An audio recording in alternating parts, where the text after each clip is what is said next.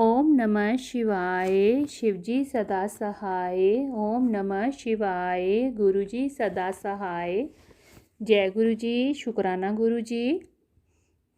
गुरुजी के चरणों में शत शत कोटि कोटि प्रणाम। जय गुरुजी संगत जी। आज गुरुजी की कृपा से मैं गुरुजी की किताब दिव्य आभा, जो हमारे लिए सबसे बड़ा गुरु ग्रंथ है, पढ़ने जा रही हूँ। आप सब संगत जी भी सुनिएगा। जय गुरुजी। शुक्राना गुरुजी। महापुरुष के चरणों में। मुझे गुरुजी के प्रथम दर्शन दिसंबर 1995 में हुए, जब मैं अपने एक घनिष्ठ मित्र श्री राजपूत के पुत्र के विवाह पर आयोजित स्वागत समारोह भोज पर गया था। मुझे और मेरे परिवार को जालंधर, पंचकुला, चंडीगढ़ और दिल्ली में गुरुजी के दर्शनों का सौभाग्य प्राप्त होता रहा है। 2006 में दिल्ली में उनके दर्शन हमें 2 साल के बाद हुए। इस अवधि में हम उनके आदेश के अनुसार उनके पास नहीं गए थे।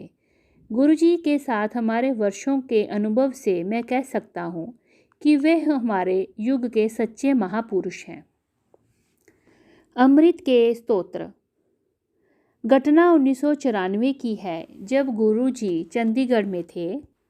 मेरी पत्नी, मेरी पुत्रवधू और मैं उनके दर्शनोपरांत घर के लिए निकल ही रहे थे कि हमें वापस बुलाकर उनके कक्ष में ले जाया गया। गुरुजी ने कहा कि वे हमें आशीर्वाद देंगे।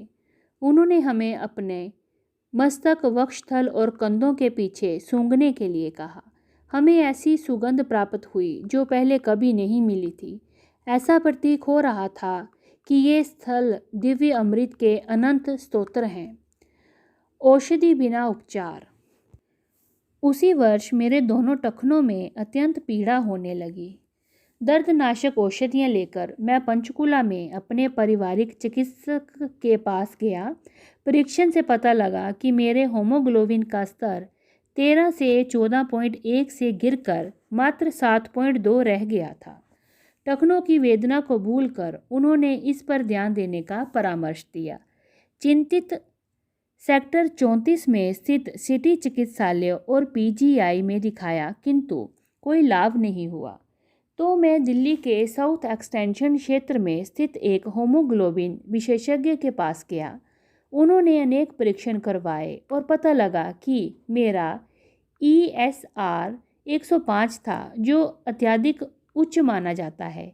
उनके विचार में मेरा निम्न हेमोग्लोबिन का संबंध अस्थियों में था। कोई अन्य विपरीत लक्षणों के अभाव में वे मुझे एक चिकित्सालय लेकर गए, जहां पर अस्थि मज्जा का परीक्षण होना था।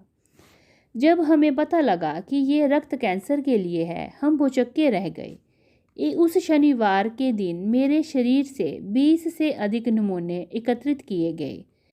परिणाम सोमवार की संध्या को पता लगने थे। मैं भयभीत था और मैंने चंडीगढ़ में अपने पुत्र को गुरुजी से मिलकर उनको स्थिति से अवगत कराया और मेरे जीवन के लिए प्रार्थना करने को कहा।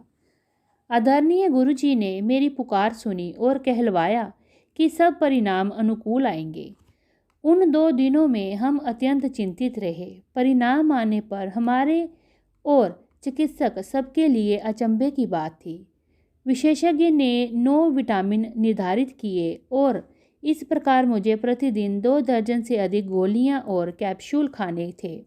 अगले दिन मैंने चंडीगढ़ में गुरुजी की संगत में उनको विस्तार से बताया। गुरुजी महाराज ने मुझे सब औषधियां छोड़कर प्रतिदिन 1 गिलास अनार का रस और भ्रमण करने के लिए कहा। मैंने उनके निर्देशों का अक्षरशः पालन किया, किंतु दिल्ली में विशेषज्ञ को कुछ नहीं बताया। 1 माह के बाद जब मैं उस विशेषज्ञ के पास दिल्ली गया तो मैंने स्थिति में अत्यंत सुधार था। उन्होंने औषधियों की मात्रा आधी कर दी। अगले मास जब और सुधार दिखाई दिया तो औषधियाँ कम से कम कर दी गई थीं।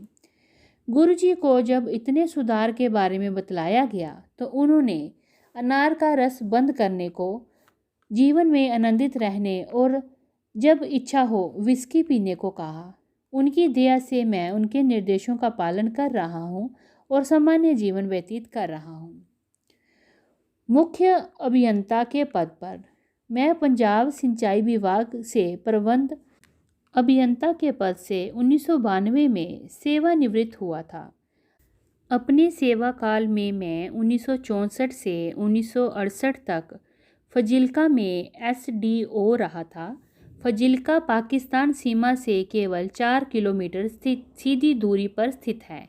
सितंबर 1965 में जब पाकिस्तान ने भारत पर आक्रमण किया था, नागरिकों में हलचल मच गई थी। प्रशासक होने के कारण मेरे कंधों पर बहुत उत्तरदायित्व था। महिलाओं और बच्चों को मलहोत के निकट भेजना था। कार्य शीघ्रता से किया गया था। उस अवधि में मैंने सेवा के साथ भी कार्य किया और उनके साथ भूमि पर खुदे हुए उनके बंकरों में भी रहा, क्योंकि शहर पर सीमा पार से बमबारी हो रही थी। असैन्य अधिकारी होते हुए ये मेरे कार्य क्षेत्र में नहीं होता था, किंतु मैंने ऐसे संकट भरे वातावरण में कार्य किया था। ऐसी सेवाओं के लिए पंजाब सरकार और रक्षा विभाग ने मुझे प्रशंसा पत्र और समय पूर्व पदोन्नति मिलनी चाहिए थी, क्योंकि पंजाब सरकार ने ऐसा नहीं किया था। इस भेदभाव के लिए मैंने न्यायालय में आवेदन कर दिया था। जब से मैं गुरुजी से मिला था, वह मुझे सदा मुख्य अभियंता कहकर संबोधित करते थे। मैंने उन्हें बताया कि मैं प्रबंध अभियंता के पद से सेवानिवृत्त हुआ हूँ, पर उन्होंने कहा कि मुझे शीघ्र ही मुख्य अभियंता की पदोन्नति प्राप्त होगी।